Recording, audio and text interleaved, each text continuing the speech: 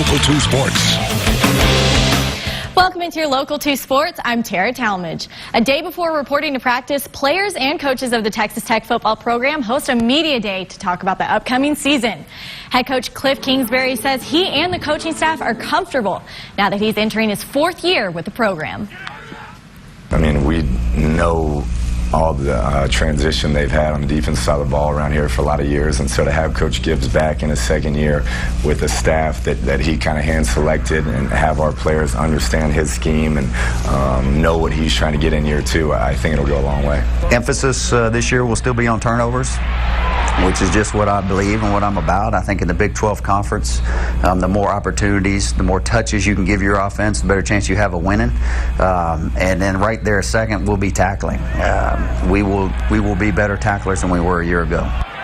And from the Big 12 to the NFL, the Dallas Cowboys back in blue and white for their annual scrimmage.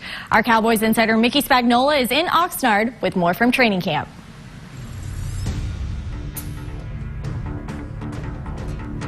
Welcome to Cowboys Daily for Sunday, August 7th, brought to you by Miller Lite. Hi, Mickey Spagnola here at Cowboys Training Camp in Oxnard, California, where one of the largest crowds of training camp showed up for the Cowboys' annual blue-white scrimmage, and there certainly was a lot of focus on the young quarterbacks, Dak Prescott and Jameel Showers, who are getting upgraded snaps since the Cowboys still haven't brought in a veteran backup quarterback. And wide receiver Bryce Butler is having the best days of camp, really stepping up in the last few practices, trying to grab some upgraded reps during the offensive practices.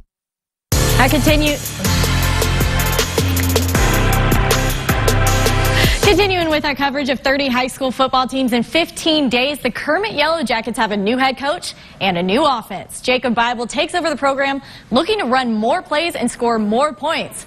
Bible says he's keep an eye on the offensive and defensive lines, which could be a strength for the team this season. Senior Joshua Trevino looks to be the quarterback.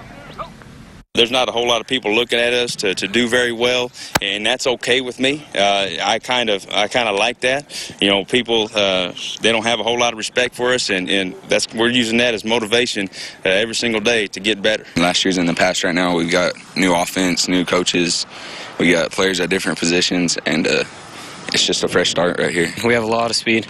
A lot of guys got big with Coach Bible's summer workouts, so I think we got a lot stronger too, but speed's always there, so I'm excited about that. I've worked on my release points and just throwing the ball, working on ball placement, everything, just where it needs to be.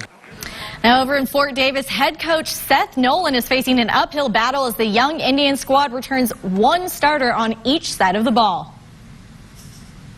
There'll be growing pains for sure without some of those seniors that have left, but we like where we're at right now. We've had a couple of good positive practices, so we're good. I'm looking forward to just trying to see how far we can go, just work it by game and do the best we can. It feels pretty good.